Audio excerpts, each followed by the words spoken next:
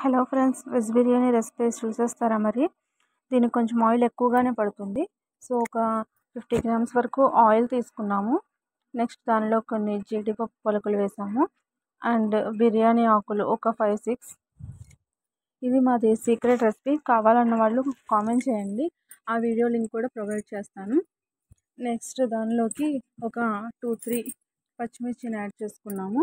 So అదంతా కొంచెం బాగా కలిపేసుకుంటే అడుగు అంటకుండా ఉంటుంది. నెక్స్ట్ దానిలోకి సన్నగా చాప్ చేసుకున్న ఆనియన్స్ వేసేసుకుంటున్నాము. సో ఈ బిర్యానీ అనేది పెద్దవాళ్ళు, ఇంట్లో వాళ్ళు ఉన్న వాళ్ళు కూడా తినచ్చు. ఎందుకంటే ఎక్కువ మసాలా కానీ అవన్నీ వేయకుండా ఓన్లీ ఎక్కువ వెజిటబుల్స్తో ఉండేలాగా చేస్తాము. నాన్ వెజ్ తినే వాళ్ళకి కూడా బాగా నచ్చుతుందండి. ఒకసారి ట్రై చేసి చూడండి. నెక్స్ట్ దానిలోకి మిగతా వెజిటబుల్స్ అన్నీ ఆలు, టమాటో అండ్ ఇంకా క్యారెట్,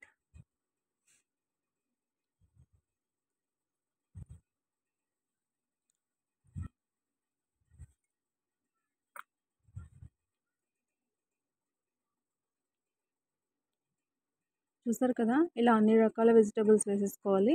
బఠానీ అనేది ఓవర్ నైట్ సోక్ చేసేసుకొని వేసుకోవాలి. అప్పుడే కొంచెం మెత్తగా ఉంటాయి, లేకపోతే చాలా గట్టి గట్టిగా ఉంటాయి.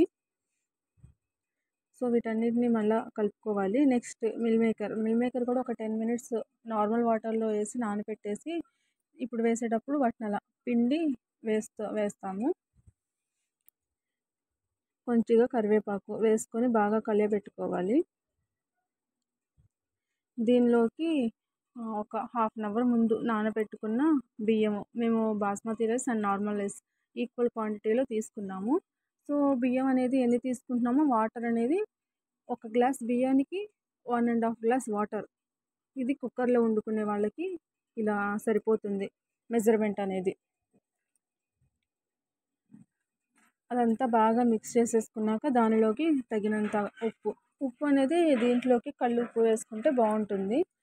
సో చెప్పాను కదా వాటర్ ఎన్ని యాడ్ చేయాలో, అలా వాటర్ వేసేసుకొని నెక్స్ట్ దీన్ని బాగా కలిపేసుకొని,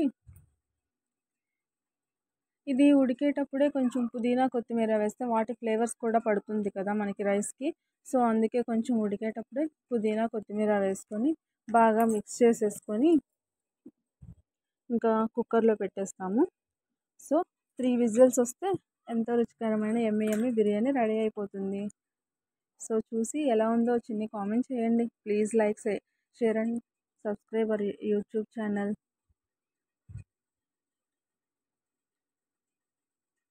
థ్యాంక్ యూ ఆల్.